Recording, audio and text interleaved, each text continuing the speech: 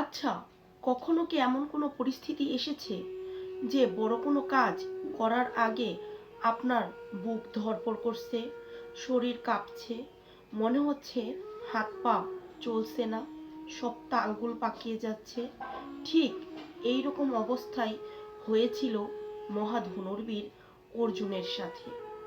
শ্রীমদ্ ভগবদ গীতার প্রথম অধ্যায়ের 29 নম্বর শ্লোকে আমরা দেখতে পাই মহাবীর অর্জুন বলছে যুদ্ধের ময়দানে দাঁড়িয়ে, আমার শরীর কাঁপছে, আমার গা জ্বালা করছে, আমার হাত পা চলছে না, আমার হাত থেকে গান্ডীব ধনুক খসে পড়ছে।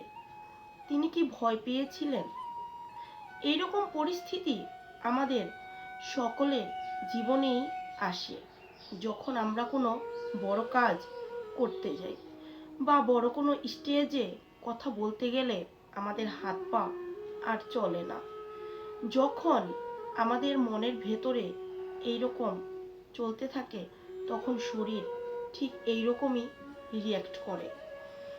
আমাদের সাথেও ঠিক এমনটাই হয়। টেনশনে শরীর থেমে যায়। অর্জুনের সামনে ছিল তার আপনজনেরা। তিনি বুঝতে পারছিলেন না তাদের সাথে যুদ্ধ করাটা ঠিক হবে নাকি ভুল হবে।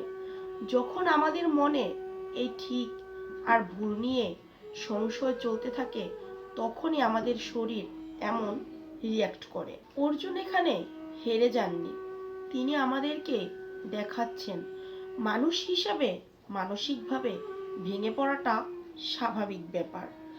আমরা অনেক সময় ভাবি যে ভয় পাওয়া মানে হেরে যাওয়া, আর এটা ভেবে আমরা দুর্বল হয়ে পড়ি।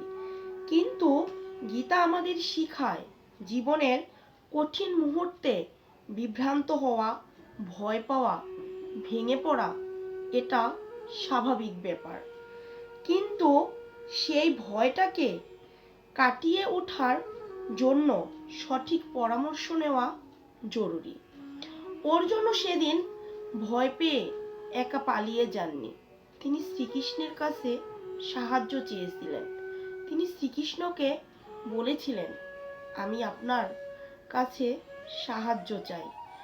আমরাও ঠিক এইভাবেই সঠিক পরামর্শ নিব ভয়ের মুহূর্তে। আপনার জীবনে কখন এই রকম পরিস্থিতিতে পড়েছেন তা কমেন্টে জানিয়ে যাবেন, কারণ দর্শকের প্রতিটি কমেন্ট আমার কাছে খুব মূল্যবান। জয় গীতা, জয় শ্রীকৃষ্ণ। দেখা হবে